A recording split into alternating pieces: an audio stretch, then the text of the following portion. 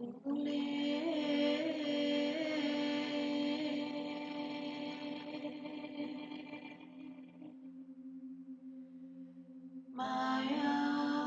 diule ule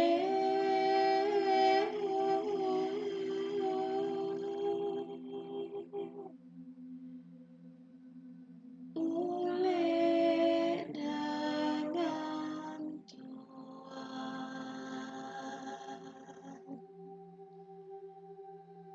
Tuannya putri.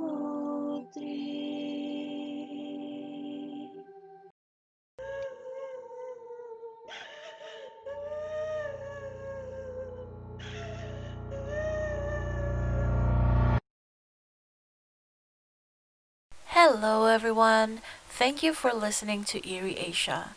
I am Shah, your narrator. And before we begin, I would like to apologize for the delay of this video.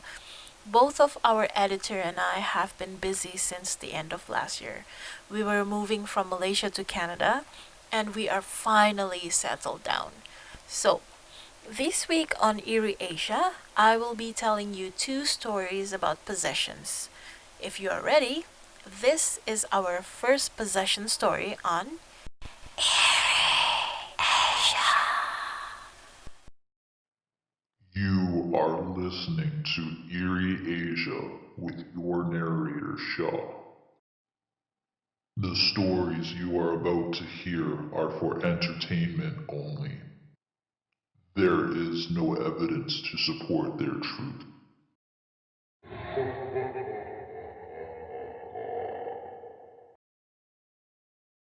I am not a believer of supernatural stuff.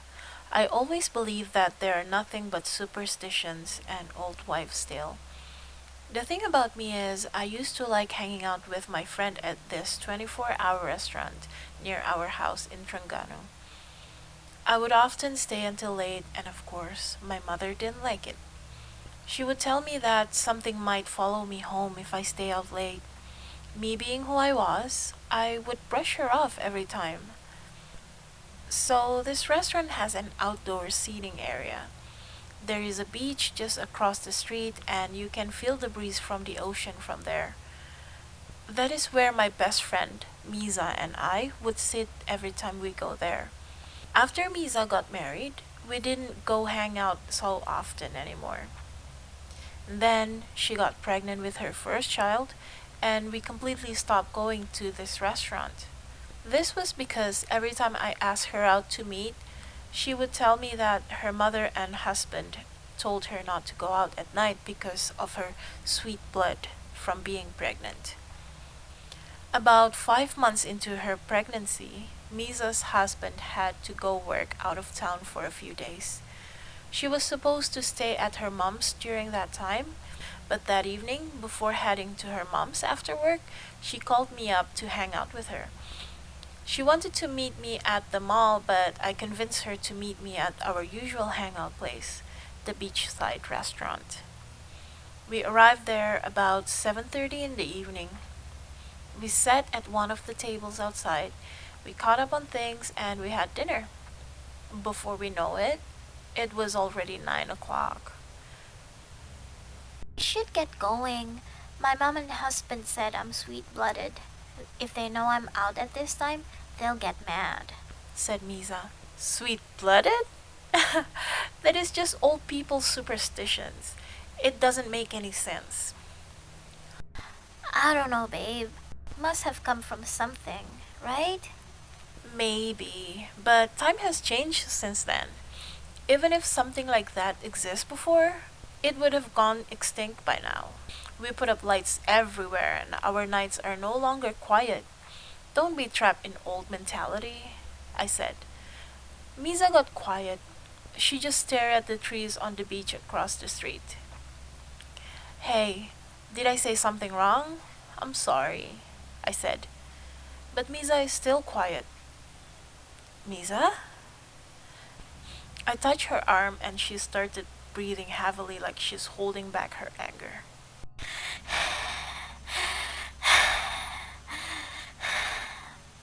Misa, are you okay? Her breathing went back to normal.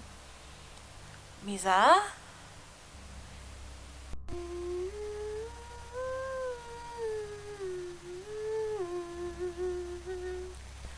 Miza?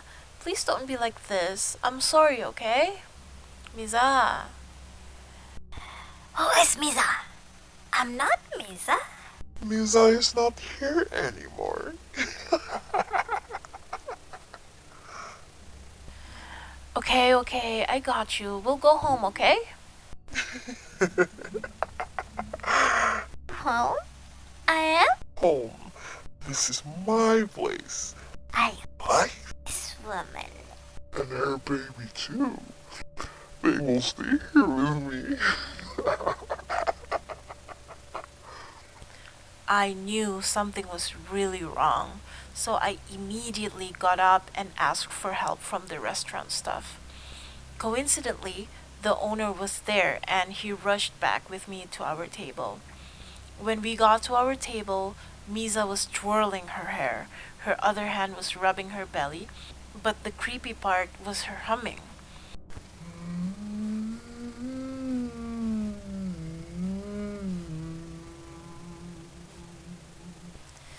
The restaurant owner immediately started chanting. Umbo mayang, mayang di umbo. Umbo dengan jala jemala. No ule mayang, mayang di ule. Ule dengan tuannya putri. Ku tahu asal usulmu. Yang laut balik ke laut. Yang darat balik ke darat. Ku tahu asal usulmu. Yang laut balik ke laut. Yang darat balik ke darat. Umbo mayang, mayangku umbo. Umbo dengan jala jemala. Pulih mayangku pulih. Pulih balik sedia kala. He threw a handful of sand at Misa and she seemed to have passed out for a moment. When she woke up, she seemed puzzled. Misa asked what happened, why there were sand on her clothes, and before she could ask more questions, the restaurant owner said, You should go home now. You're pregnant. You shouldn't be out late, especially near the sea. It's not safe for you. We paid for our orders and left. Misa and I agreed we shouldn't be going there at night. Ever again. I would like to remind you, Eries, that we do not have any evidence to support the truth behind these stories. All the stories we share on Eerie Asia is just for your entertainment purposes only. Do not be influenced by anything you hear. If you guys are ready, let's start our second story.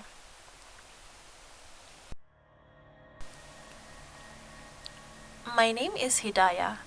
I was born and raised in Bandung. My experience with possession begins after the death of my beloved grandmother. Our family is small. My father is an only child, so he took care of his mother, my grandmother, until her last breath. My mother was an orphan, and she was more than happy to take care of my grandmother, and my grandmother was a really sweet woman. We loved her so much. I have an elder brother, but he was studying in Jakarta, about 4 hours away from us, and only came home during the weekends. Both of our parents were working, so it was mostly just me and Grandma at home, so I was closer to her. She was really old and sick. I remember when I was 16 years old, she got so sick that she was bedridden. My mom had to quit her job to take care of Grandma. After school, I would stay in my grandma's room to keep her company. We would talk about her life when she was a little kid. I would tell her about my day, and sometimes I would read a book to her. I would sleep next to her. I love my grandma so much. One day, when I came back from school, from afar, I could see there were a lot of people outside my house. I know them. They were our neighbors. But why are they at our place? I wondered. But then I saw my dad's car parked in our garage. I knew something bad happened to Grandma. I rushed inside our house, but the moment I stepped into our house, I saw her. My grandmother, lying on the living room floor, lifeless. People are sitting around her, praying. That time, it felt like my world was black. I was heartbroken and grief stricken. When it was time to bury my grandmother, they had to restrain me because I was hysterical. I wouldn't let them put her body in the ground, and I was ready to jump into her grave. I was not able to snap out of it. When we come home, I locked myself in my grandmother's room and I cried until I fell asleep. Grandma, please come back. I miss you. I can't live without you. This went on for about a week until one night. Grandma, please come back. I miss you. Hidayah. Wait, I know that voice. Hidayah. Grandma, is that you? Where are you? There was no answer, but then I heard the knocking again. It was coming from the window. I saw a silhouette on the window. I was so sure it was my grandmother, so I quickly got up and opened the window. There was nothing. This continued for a couple of nights. On the third night, it happened again. Hidayah. Grandma, please, Grandma, don't leave me again. Hidayah, this is your grandma. I'm at the window. Please open the window. You always leave when I open the window. I don't want you to leave me again. I won't leave. If you open the window, I can come in. You promise? I quickly got up to open the window. Grandma? Where are you, Grandma? You promise you won't leave. Grandma, please don't leave. I've opened the window, Grandma. Please, come inside. As soon as I say come inside, I felt a gust of wind blowing into the room. Then, there was a presence in my room. I assumed it was my grandmother. She was back. When I laid down on her bed, I could feel there was someone else lying next to me. I was sure it was my grandma. I was so happy. The next day, I woke up all cheerful. My family was surprised, but they were just thankful that I was not sad anymore. Since that day, I always look forward to going home. But something was not right about me. I started to lock myself in my grandmother's room more and more. I just didn't feel like being around other people. I just want to stay in my grandmother's room and spend time with her. I started seeing her in the mirror after dusk. I would sit in front of her dressing table and she would comb my hair. She would tell me how nice it was at the other side and how she wanted to bring me there with her. She also reminds me every day that I must not tell anyone that she is back. Otherwise, they will try to separate us once again. This went on for about a week until my mom started pointing out how dirty and messy my grandmother's room has become one morning when we were having breakfast together. You're not doing a good job in keeping grandmother's room clean and tidy. You will have to move back into your own room. It's about time I clear up that room. We need to give some stuff. No! Before my mother could finish her sentence, I yelled at her. No! Don't touch anything in that room. That's my room now, Hidayah, that's not how you talk to your mom. said my dad. What's wrong with you? We need to donate all her stuff away. Nobody is using that. Your brother is moving back here soon. He will stay in that room. I blacked out and I didn't remember what happened after that. So this is what my mom told me. My voice changed to an elder woman's voice. said don't touch anything in that room. That room and the girl are mine now. They're mine. At this point, I was on the floor, crouching like a frog or something. My dad got up from his seat, pushed me to the floor, and grabbed me by the ankle. He pinched me by my big toe, and I started screaming. Who are you? And why are you disturbing my daughter? It's painful, you imbecile. Tell me who you are and what you want from my daughter. My dad pinched my big toe harder. Stop! Stop! She let me in. She was the one who wanted me. She begged me to come to her. Liar! Tell me who you are. Why are you disturbing my daughter? It hurts. I tell you the truth. Live at the banana tree outside. I hear your daughter cry every night. I come to the window. She let me in.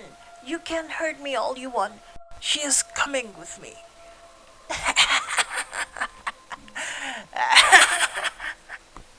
My parents took me to a spiritual healer's house and he prayed until the jinn left my body. I was still having trouble getting over my grief, so my parents took me to visit my brother in Jakarta. Since I was doing better there, my family decided to sell our house and move to Jakarta. Despite the tough first few months, we managed to settle down in Jakarta just fine. Everything is normal, except every now and then, I can still hear her voice. Hidayah. Alright, Eries. What do you think about the stories? If you have any experience with possessions, we would love to hear from you. Share your experience in the comment section. If you enjoy our video, please don't forget to give the video a thumbs up. Subscribe if you haven't already, and turn on that bell notification so that you won't miss our future videos. We are in the midst of recording a new video that will be posted on our Patreon page. So if you would like to listen to that video and at the same time support Eerie Asia, you can find the link to our Patreon in the description box below. You will not just have access to our Patreon exclusive content, but also receive an invite to our Patreon-only Discord server. So you can share your ghost stories and chat with me and our editor. Until next time!